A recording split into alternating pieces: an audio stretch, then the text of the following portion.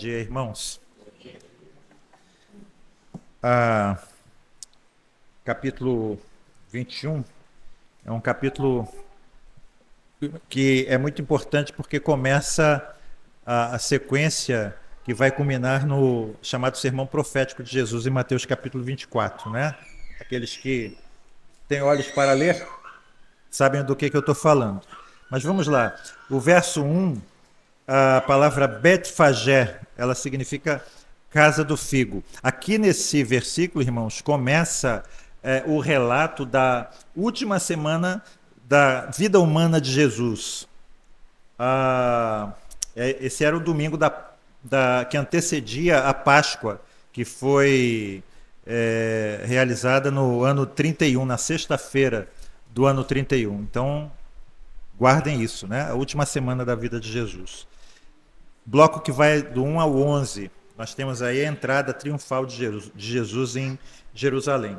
Uma curiosidade dos evangelhos sinóticos. Quais são os evangelhos sinóticos? Os 3 primeiros, né? Mateus, Marcos e Lucas.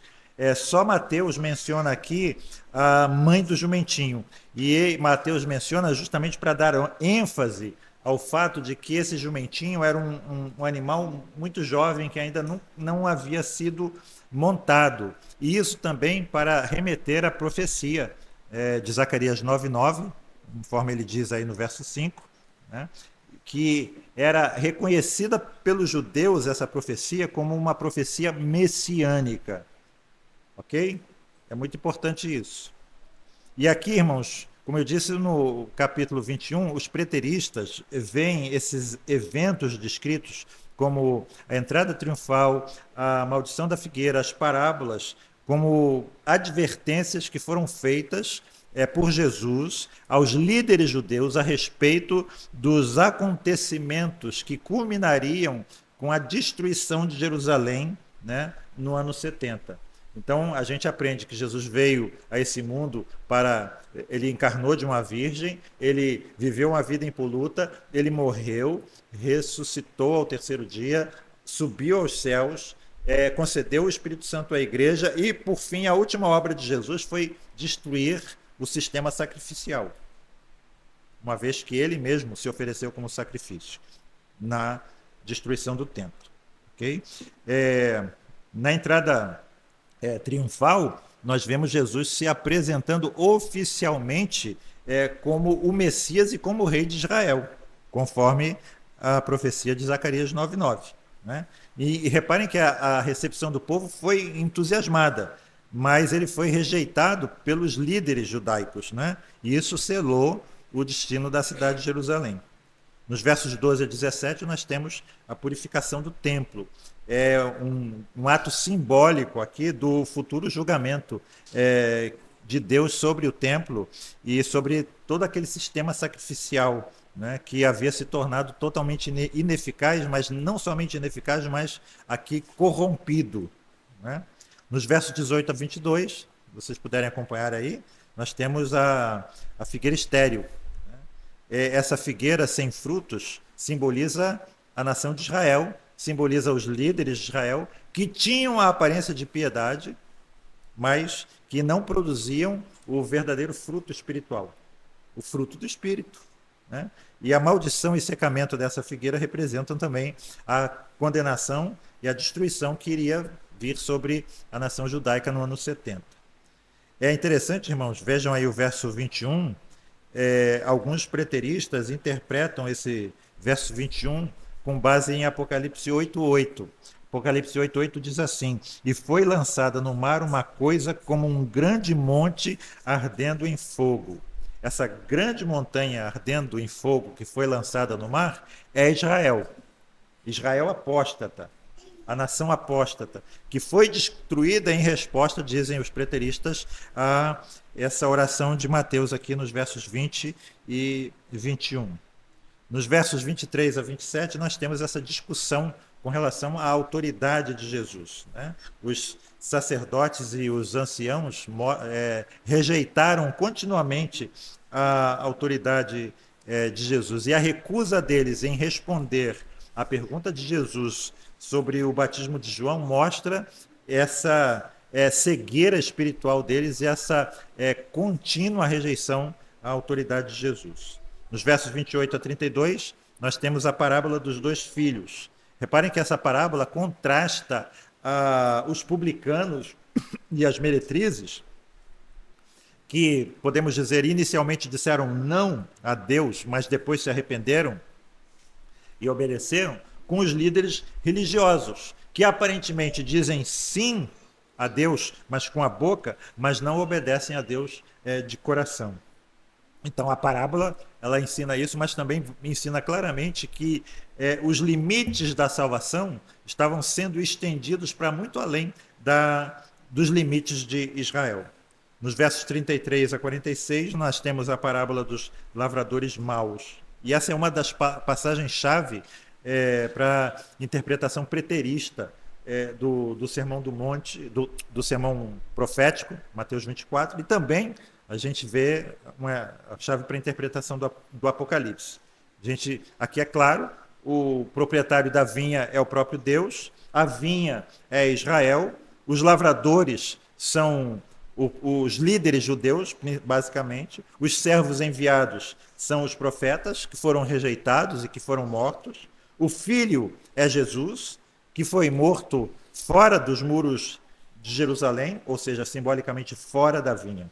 E a conclusão dos fariseus é de que o proprietário iria tirar a vinha dos lavradores maus e iria arrendar a vinha a outros, o que revela a transferência da aliança e do reino de Deus, dos líderes religiosos infiéis, para a Igreja Universal, que é composta por judeus e por gentios. A pedra angular, rejeitada, que se torna a principal, é o próprio Cristo.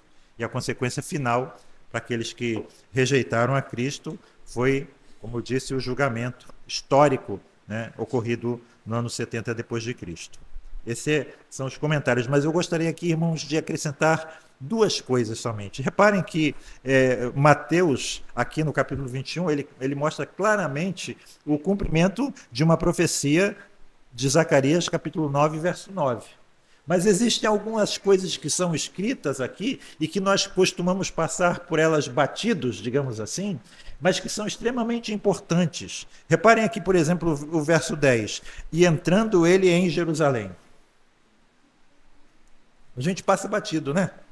Agora abram aí, marquem o dedo em Mateus 20, verso 10, e abram em Ezequiel 44 e leiam os versos 1 e 2. Podem ler todos juntos. Vamos ler Ezequiel 44, 1 e 2.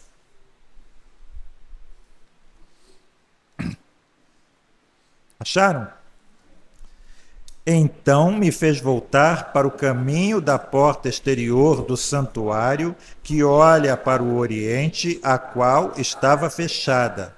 E disse-me o Senhor: esta porta permanecerá fechada e não se abrirá, ninguém entrará por ela, porque o Senhor, o Deus de Israel, entrou por ela. Por isso permanecerá fechada. Reparem aqui primeiro esse verso 2 de Zacarias. E disse-me o Senhor, esta porta ficará fechada porque o Senhor entrará nela. Reparem que o Senhor está falando com Zacarias que o Senhor, na terceira pessoa, entrará nela. Isso é o quê? Um vislumbre de quê? Da Trindade. Um vislumbre da Trindade. E o Pai, que é o Senhor, que é Jeová, está dizendo que Jeová, que aqui no caso é o Filho, vai entrar por esta porta. É exatamente o cumprimento disso que está em Ezequiel 44, que nós estamos lendo aqui no verso 10. Ele entra em Jerusalém pela porta dourada. E essa porta dourada está fechada até hoje. Está emparedada. Certo? Reparem, Jeová entra pela porta. Quem é Jeová? Uma vez, desculpe eu me estender, eu jovem crente ainda, eu estava na livraria evangélica, na Rua da Constituição 14, e entrou um crente seguido por um testemunho de Jeová. E eu só vi o testemunho de Jeová perguntando assim para o crente: quem é Jeová, o Pai, o Filho ou o Espírito Santo? E o crente disse: o Pai. Então Jesus não é Jeová, só há um Deus que é Jeová. E se o Jeová é o Pai e o Filho não é Jeová, então o Filho não é Deus. Quem é Jeová, irmãos? O Pai, o Filho. O Espírito Santo. Jeová é o Pai, o Filho e o Espírito Santo. Mas Jeová é o Pai. Jeová é o Filho. Jeová é o Espírito Santo. Nunca esqueçam disso. E aqui também nós temos o verso 12. Reparem, no verso 10 diz, entrando ele em Jerusalém. Agora o verso 12 diz, e entrou Jesus no templo. Jesus entra em Jerusalém e agora Jesus entra no templo. Abram em Malaquias 3, último livro do Antigo Testamento, e leiam o verso 1. Malaquias 3, verso 1. Está aí, já.